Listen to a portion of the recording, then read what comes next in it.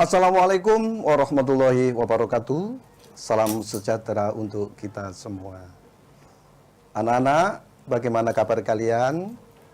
Baik-baik saja bukan? Bapak berharap semoga kalian tetap sehat walafiat, tidak kurang satu apapun. Dan satu lagi, kalian harus tetap bersemangat. Ya, anak-anak sekalian, bahwa pandemi COVID-19 telah merombak dari berbagai sisi kehidupan, termasuk cara belajar kalian. Tapi bagaimanapun, Bapak dan Ibu guru, karena ini merupakan satu tanggung jawab untuk bisa KBM, ya, kegiatan proses belajar mengajar tetap berlangsung, maka kalian diberi tayangan, diberi pembelajaran lewat online ataupun daring seperti ini. Oke, bagi kalian, saya mengucapkan selamat kepada kalian karena hari ini kalian telah diterima di sekolah menengah pertama atau di Madrasah Tsanawiyah, yang mana kemarin kalian masih berada di level 1 tingkat lebih rendah, kalian masih berada di siswa sekolah dasar atau sekolah Madrasah Ibtidaiyah. Sekarang kalian sudah 1 tingkat lebih tinggi, yaitu masuk di sekolah menengah pertama SMP atau Madrasah Tsanawiyah. Selamat kepada kalian karena kalian telah diterima sebagai siswa yang kalian pilih. Anak-anakku sekalian, sebagai insan yang beriman dan bertakwa kepada Tuhan Yang Maha Esa, maka senantiasalah kita bersyukur. Bersyukur atas apa? Bersyukur atas nikmat bahwa hari ini kita masih diberi kehidupan, kita masih diberi kesehatan, dan kita masih diberi rezeki yang melimpah untuk kelangsungan hidup kita. Untuk itulah mari kita bersyukur dan memuji kepadanya dengan bacaan Alhamdulillahirabbil alamin. Anak-anakku, dan selanjutnya marilah kita senantiasa berdoa agar kita selalu berada di jalannya yang lurus, selalu diberi hidayah, sehingga kemudian kita bisa memperoleh kebahagiaan, kita memperoleh apa yang kita inginkan ke depan, dan kita selalu di bawah lindungan Tuhan Yang Maha Esa, Allah Subhanahu wa Ta'ala. Anak-anakku sekalian, sesuai dengan agama dan keyakinannya, mari kita berdoa. Berdoa dimulai.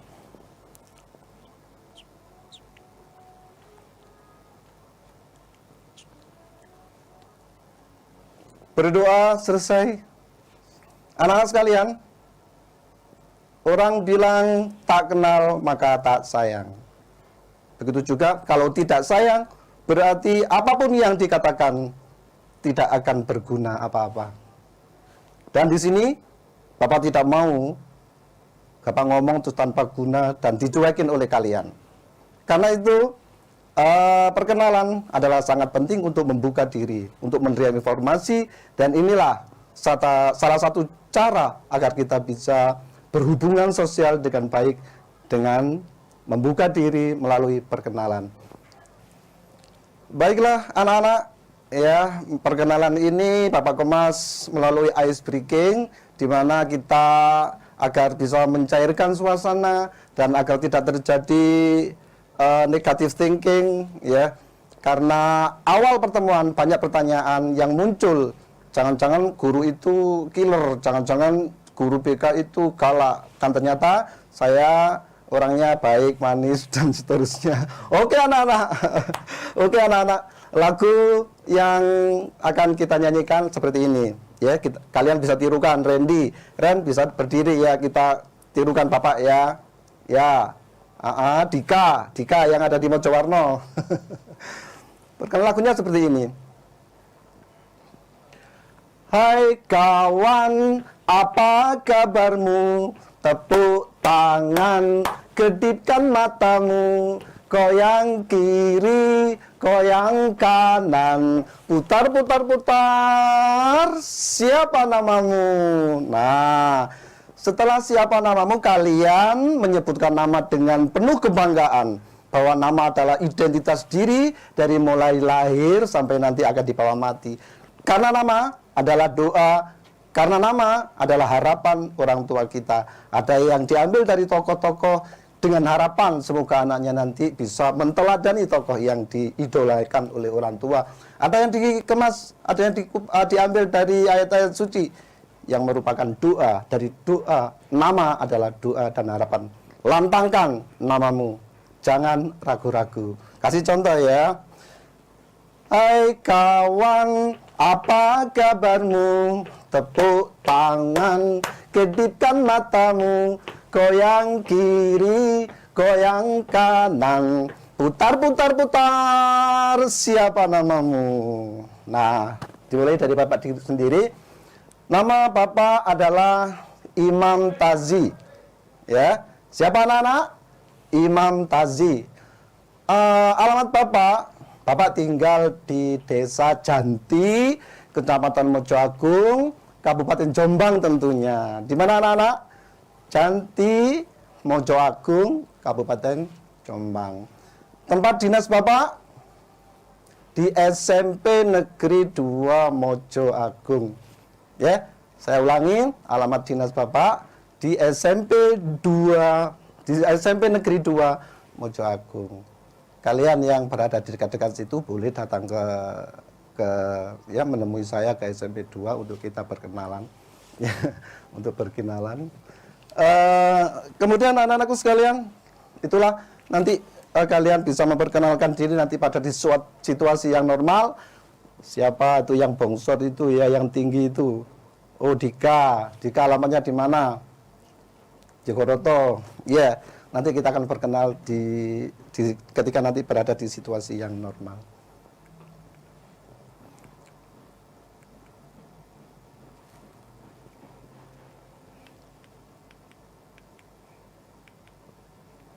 Anak-anakku sekalian, ya, setelah kita melakukan perkenalan, maka materi yang akan kita bahas hari ini adalah materi tentang etika.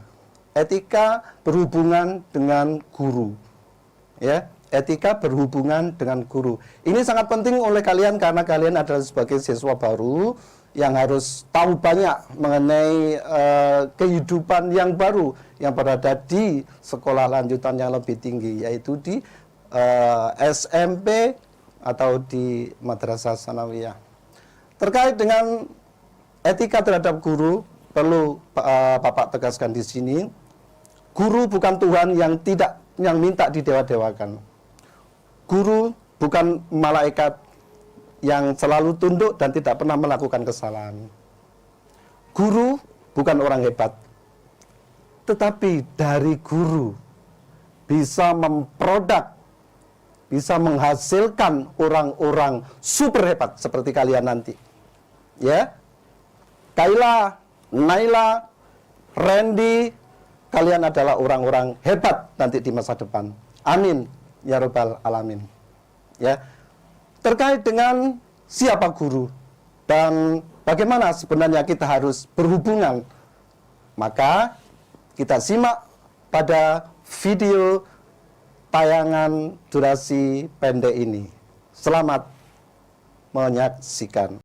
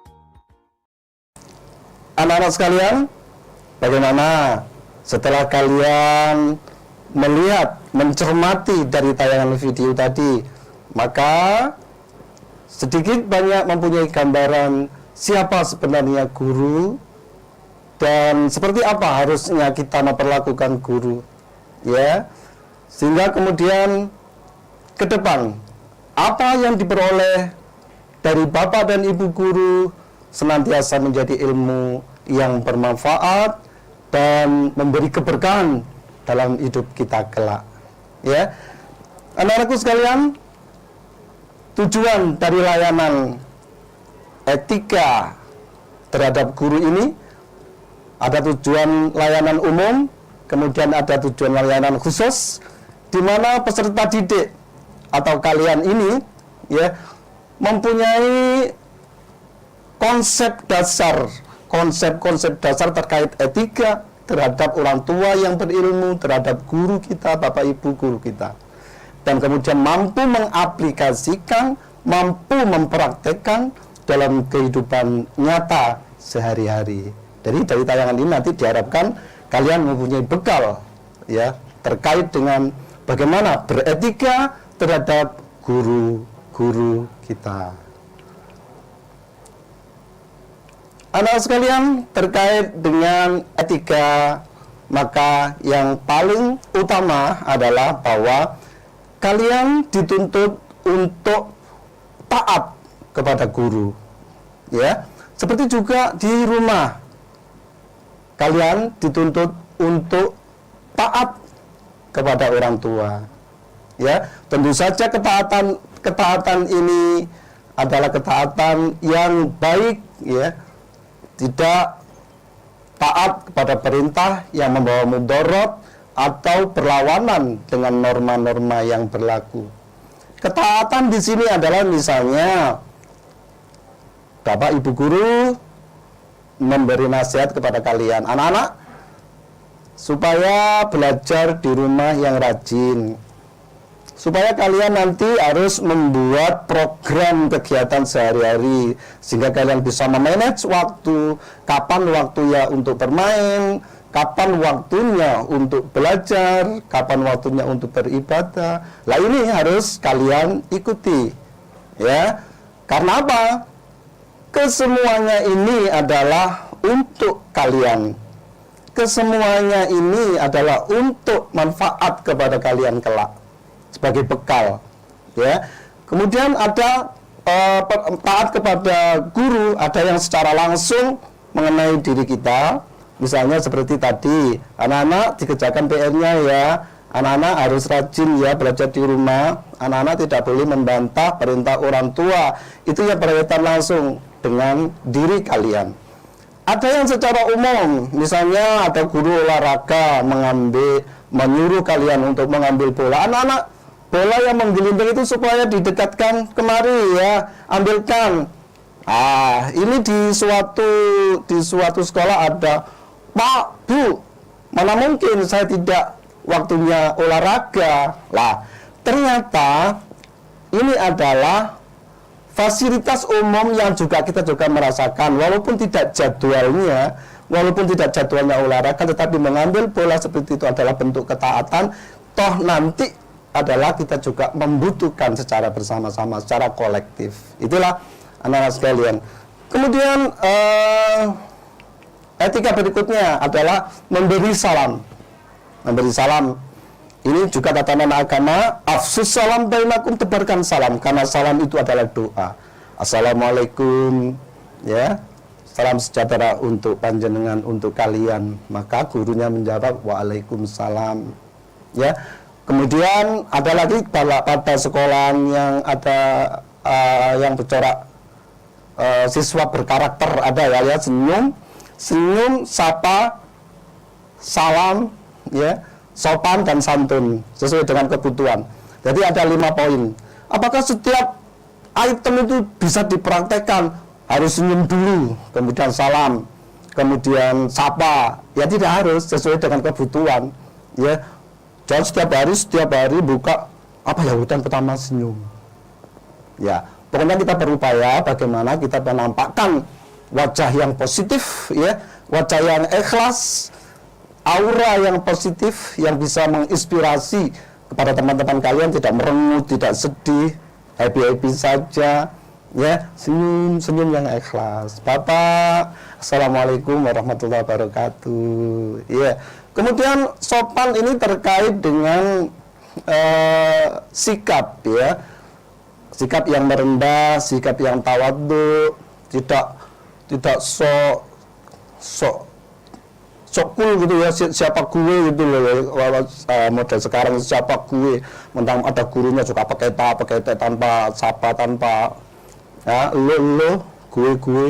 Nah, ini tidak bisa. Jadi kalian terkait dengan kesopanan itu adalah sikap merendah, Bapak, apalagi kalian yang berada di pondok-pondok pesantren, wah itu model seperti itu sudah kadang-kadang juga harus membungkuk. Itu adalah model pembelajaran untuk kalian dibekali karakter yang begitu dalam, ya.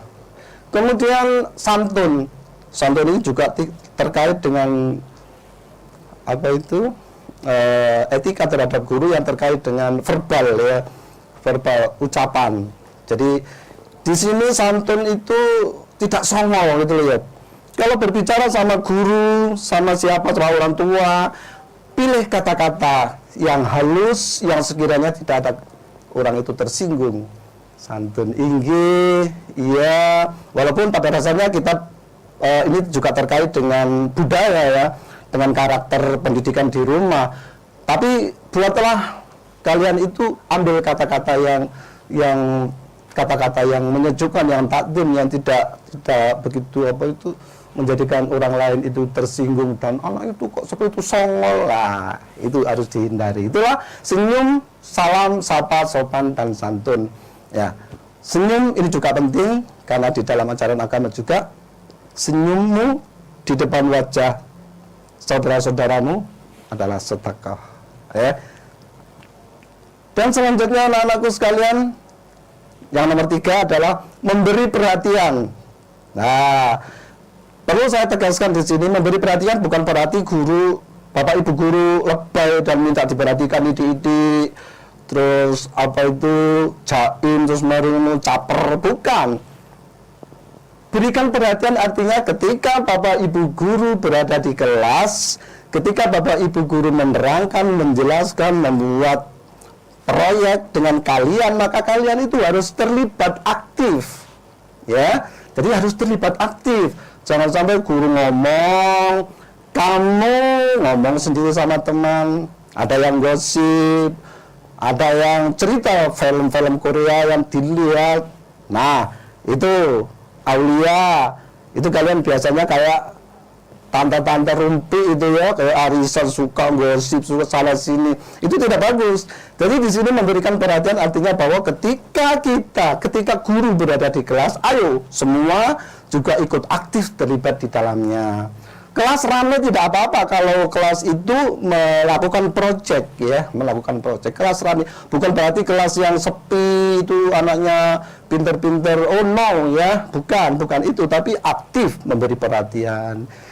Jadi ada kerjasama dengan guru, ya, sehingga guru kemudian tidak kalau kalian aktif maka guru juga aktif. Nggak mungkin guru selalu menggunakan gadgetnya karena siswanya tidak aktif. Nah, inilah kita bisa berefleksi juga bagi bapak ibu guru, mengapa anak-anak itu tidak begitu aktif, karena bapak ibu guru juga kadang-kadang main WA. Lah, ini satu koreksi, kita tidak bisa mendoktrin untuk ke siswa, tapi kita juga harus merefleksi bagaimana kelas bisa aktif, anak-anak bisa memperhatikan, punya perhatian yang lebih. Tapi bagaimanapun juga kewajiban kalian adalah memberi perhatian terhadap apa yang dibicarakan oleh bapak ibu guru. Selanjutnya ada tidak mencari kekurangan. Awal sudah saya katakan bahwa bapak ibu guru adalah manusia biasa, bukan malaikat, yang selalu taat dengan perintah Tuhannya. Kadang juga ada kekurangan, ada penyelewengan, ya. Jadi tidak mencari kekurangan terhadap guru. Ganteng tapi lemot, Sajane guru itu ini. Lah, ini hindari. Karena apa? Orang Jawa mengatakan bahwa terhadap orang tua dan guru itu harus mikul dhuwur mendem jero. Artinya apa? Ketika kalian terhadap guru, sikap kalian adalah menghormati, mentaati, memuliakan, ta'zim. Tapi ketika ada celah guru kekurangannya, maka gosip itu harus ditutup rapat-rapat dan tidak layak untuk diungkapkan. Kenapa?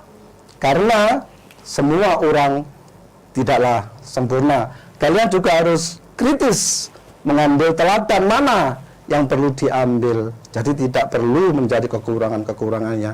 Tapi bagaimanapun kekurangan guru, semua adalah sudah dibekali kompetensi pedagogis, kompetensi sosial, dan macam-macam itu. Percayalah bahwa guru kalian adalah guru-guru yang hebat.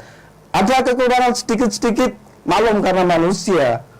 Misalnya karena faktor keluarga, misalnya karena faktor ekonomi, misalnya karena lagi moodnya yang memang tidak baik.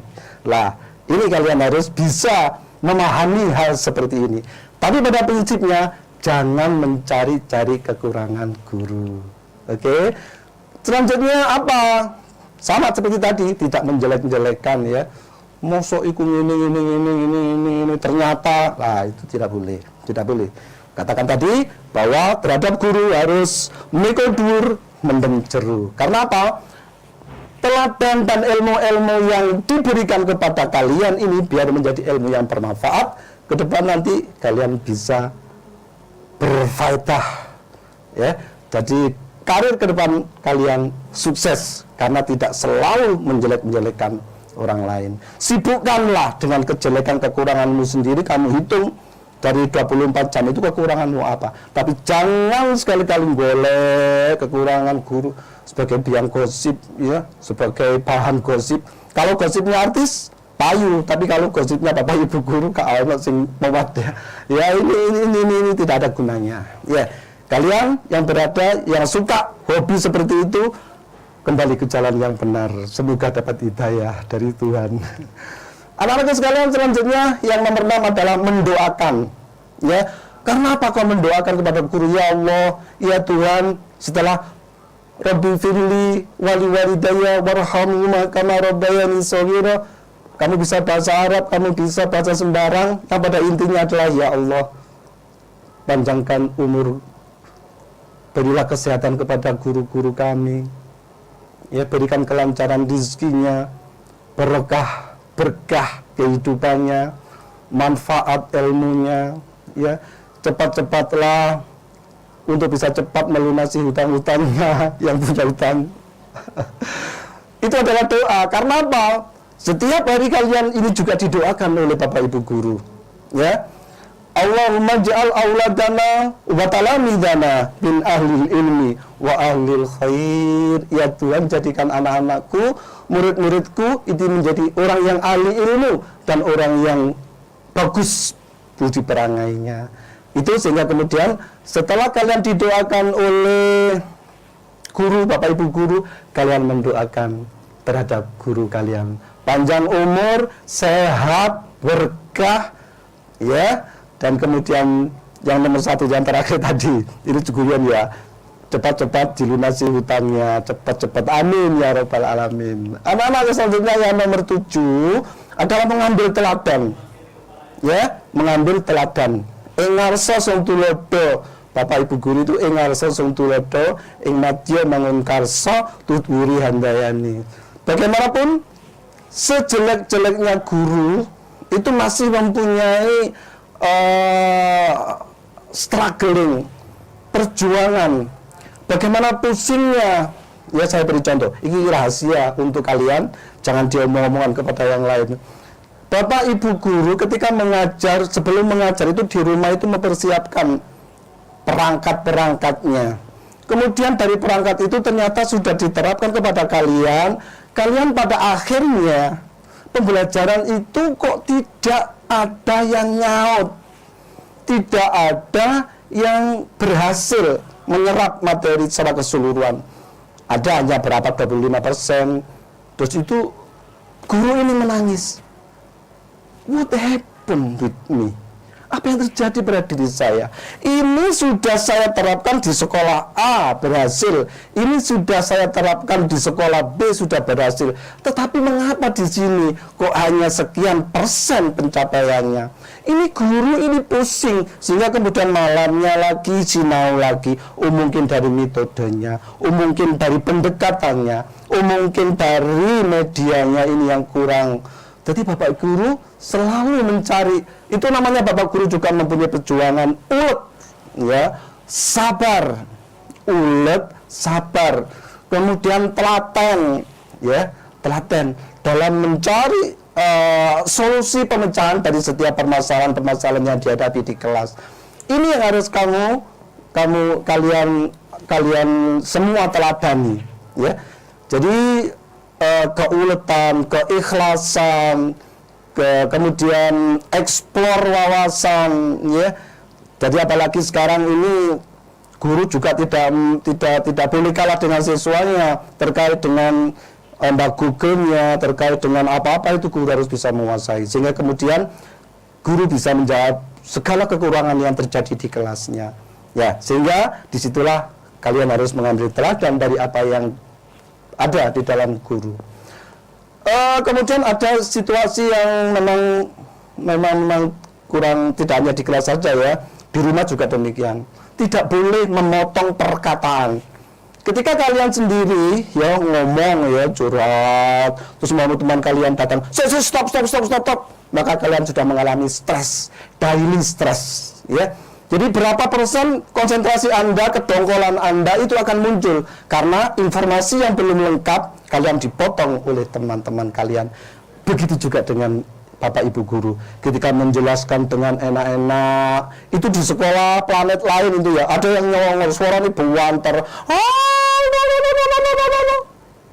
Nah, ternyata Pak Guru juga konsentrasinya hilang, akan muncul kebencian. Ya Allah, tak pites. Nah, itulah kejengkelan. Jadi jangan memotong perkataan. Pemana guru ya, nggak boleh.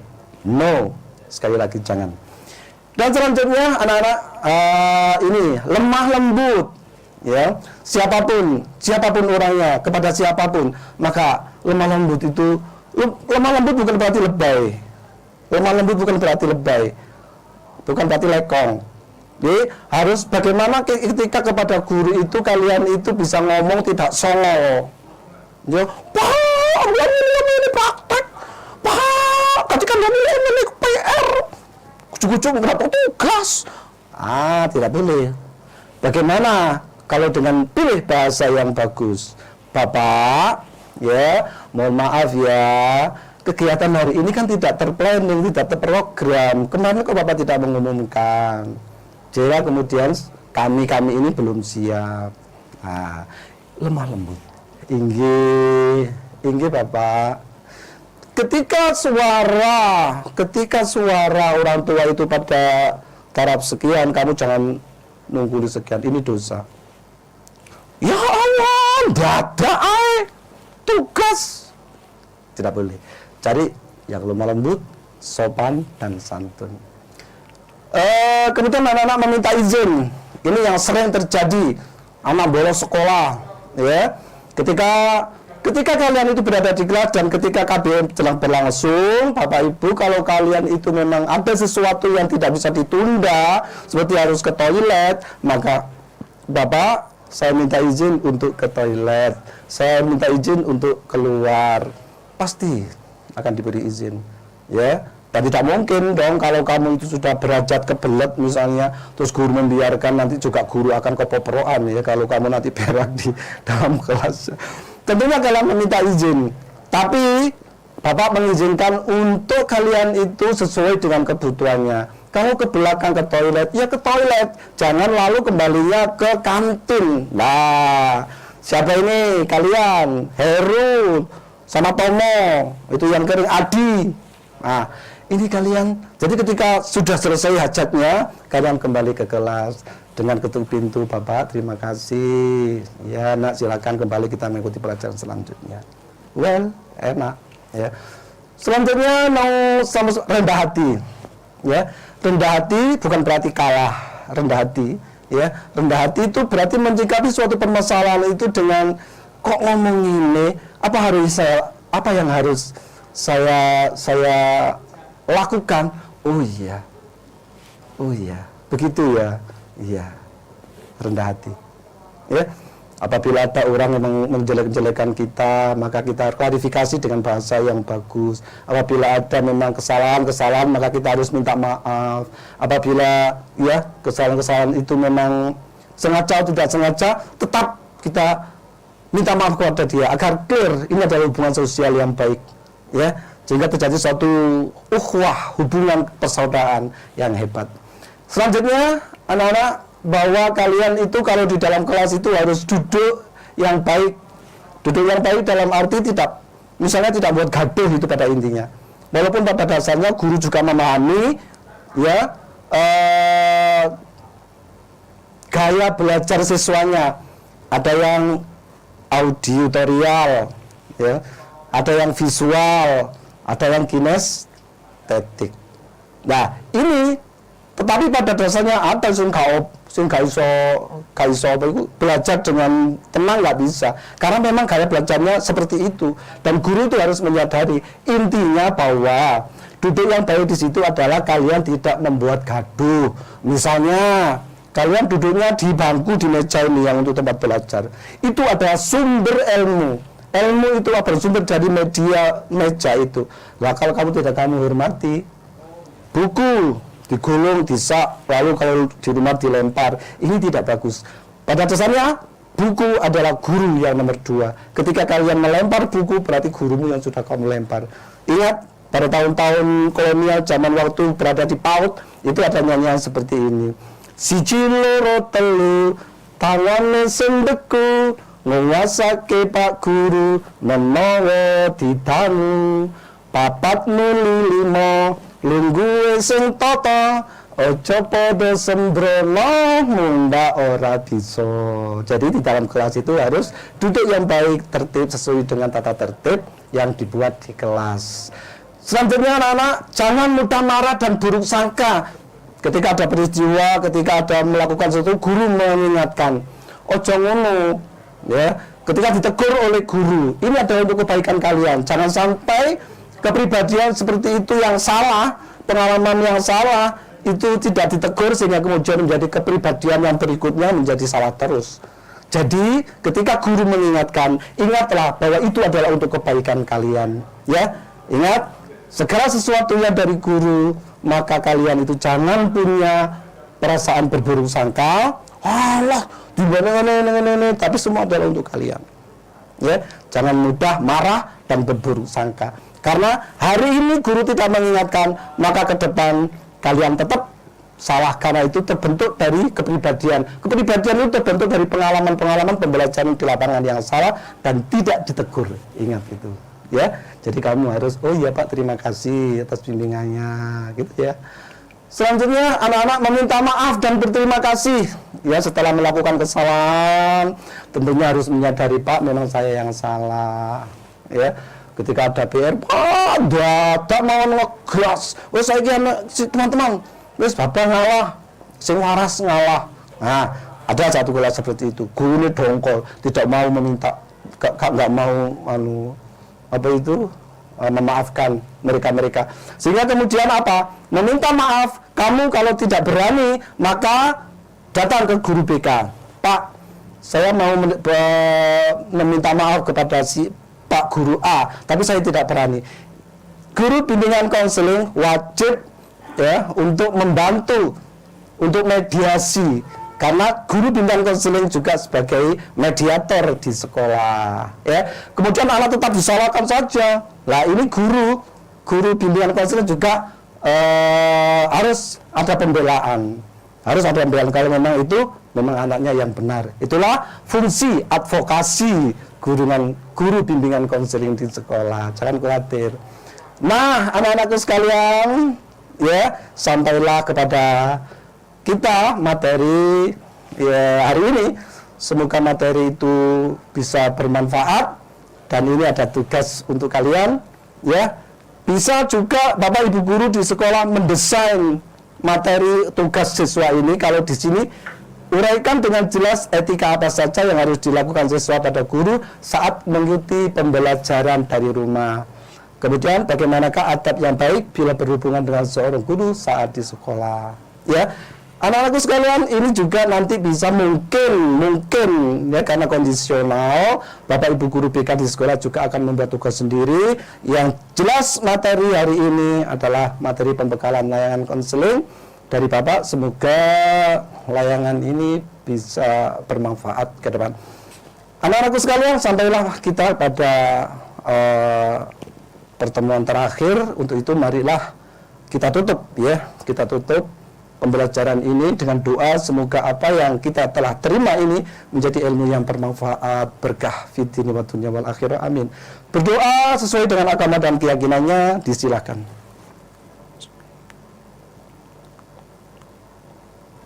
Doa selesai.